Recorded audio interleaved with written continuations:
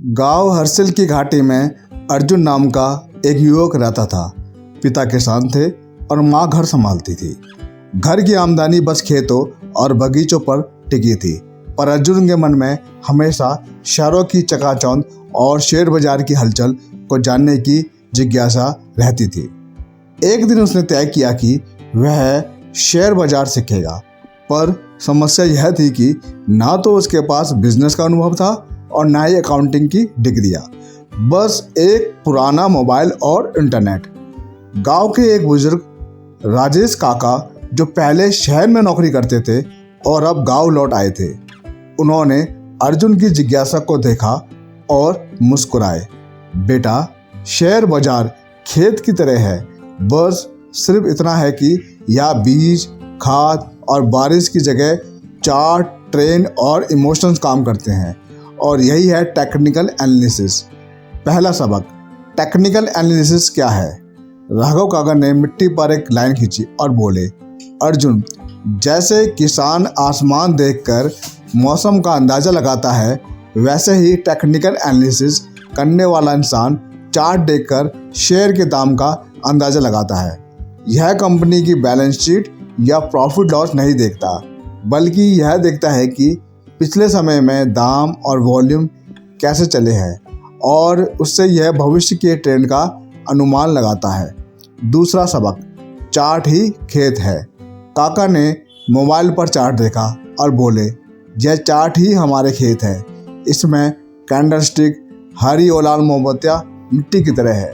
हरी मोमबत्ती बताती है कि दाम बढ़ा है, लाल मोमबत्ती बताती है कि दाम घटा है। जैसे किसान खेत की मिट्टी को देखकर फसल का हाल समझता है, वैसे ही एक निवेशक चार्ट देखकर मार्केट का हाल समझता है। अर्जुन मंत्रमुग्ध होकर देखता रहा। तीसरा सबक, सपोर्ट और रेजिस्टेंस।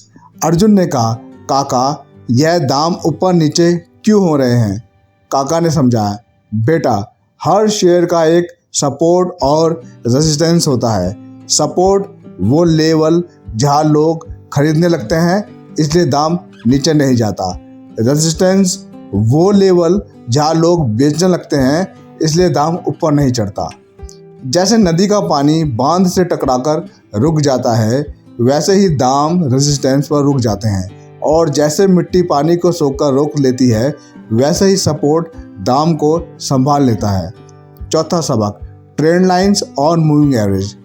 काका ने चार्ट पर लाइन खींची।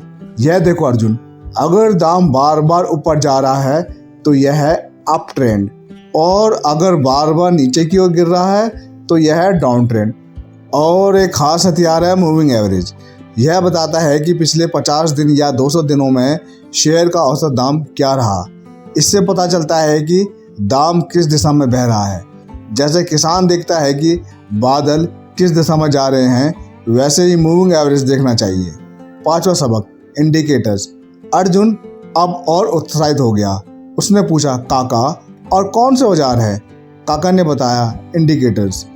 RSI रिलेटिव स्ट्रेंथ इंडेक्स बताता है कि शेयर ओवरबॉट बहुत महंगा है या ओवरसोल्ड बहुत सस्ता है।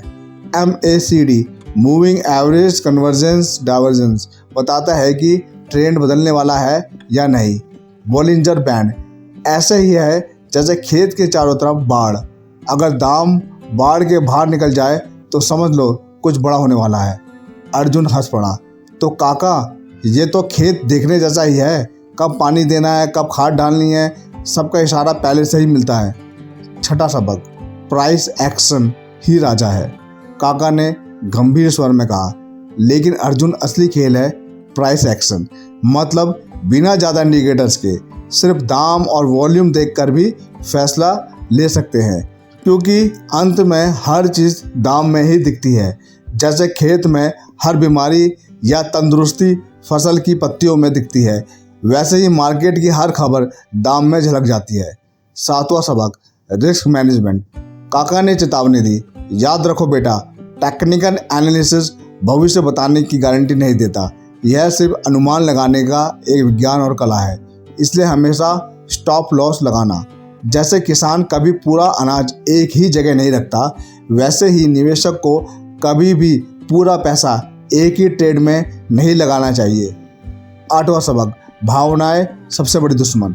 अर्जुन ने कहा, काका अगर ये सबक सीख ले तो सबको फायदा होगा। काका मुस्कुराए, नहीं बेटा, मार्केट में भावनाएं, डर और लालच सबसे बड़ा रोल निभाती है। कई बार लोग चार्ट देखकर भी सही समय पर कदम नहीं उठाते। टेक्निकल एनालिसिस सिर्फ नक्शा है, पर रास्ता चलाना इंसान को ही होता है। अगर भावनाओं पर काबू नहीं तो चार्ट भी धोखा दे सकता है। कुछ महीनों की मेहनत के बाद अर्जुन ने छोटे छोटे ट्रेड करना शुरू किया। कभी मुनाफा हुआ, कभी घाटा, पर धीरे धीरे उसने चार्ट की भाषा समझ ली। एक दिन जब गांव का मेला लगा था, अर्जुन ने अपने दोस्तों को दिखाया, देखो यह शेयर अगले हफ्ते ऊपर जाएगा क्योंकि यह सपोर्ट में टकराकर ऊपर उछला है। दोस्त हंस पड़े, तू क्या ज्योतिषी है? पर एक हफ्ते बाद वही हुआ। अर्जुन के चेहरे पर मुस्कान थी। उसने समझ लिया था, टेक्निकल एनालिसिस भविष्यवाणी नहीं है बल्कि संभावना दिखाने का विज्ञान है, और जो इसे धैर्य और अनुशासन से सीख ले वह लंबे समय में सफल होता है। टेक्निकल एनालिसिस हमें यह सिखाती है, चार्ट इतिहास की किताब है, इसमें भविष्य का सुराग मिलता है। सपोर्ट, रेजिस्टेंस, ट्रेंड लाइन और मूविंग एवरेज किसानों के मौसम के इशारों के जैसे हैं। इंडिकेटर्स औजार है, पर सबसे अहम है प्राइस एक्शन।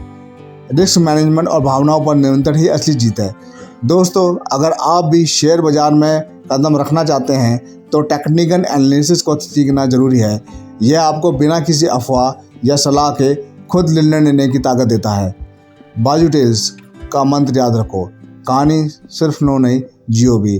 अगर आपको यह कहानी पसंद आई हो तो लाइक करें, शेयर करें और सब्सक्राइब करना ना भूलें।